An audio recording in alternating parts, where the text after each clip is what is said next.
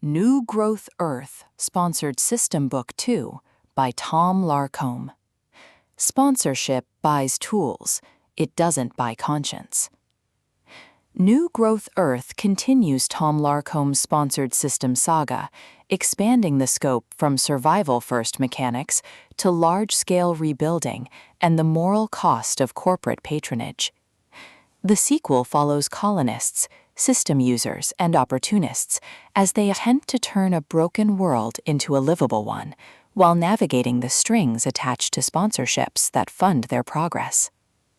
The novel centers on a protagonist, or small core cast, who has leveled through the first book's trials and now faces the harder work of growth, restoring ecosystems, stabilizing communities, and defending fledgling settlements from raiders, rival sponsors, and the environment itself. The sponsored system, a gamified interface that grants skills, resources, and missions in exchange for loyalty, data, or service, remains the engine of progression. In Book 2, Larcombe leans into the consequences of that engine. Dependencies form, sponsors demand influence, and what began as a lifeline becomes a new kind of governance. Larcombe balances base-building logistics with character arcs. Readers see the practical side of world rebuilding, crop cycles, resource chains, settlement design, alongside political maneuvering as sponsors jockey for control and local leaders wrestle with autonomy. Tension comes from both external threats, raids, climate anomalies, mutated fauna, and internal ones, corruption, ideological splits, the temptation to trade freedom for rapid advancement. The book explores whether a community can grow without becoming a product of the very corporations that saved it.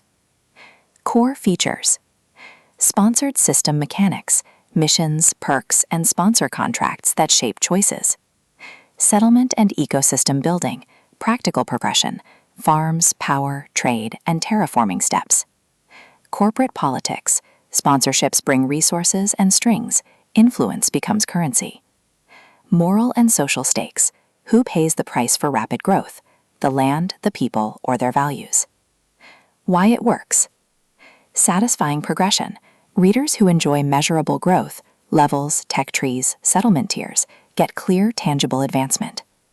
World building grounded in logistics, the book treats rebuilding as engineering and sociology, not just spectacle. Character stakes tied to systems, personal choices have systemic consequences, making emotional beats land harder. Balanced pacing, quieter development scenes alternate with raids, sponsor negotiations, and moral crises.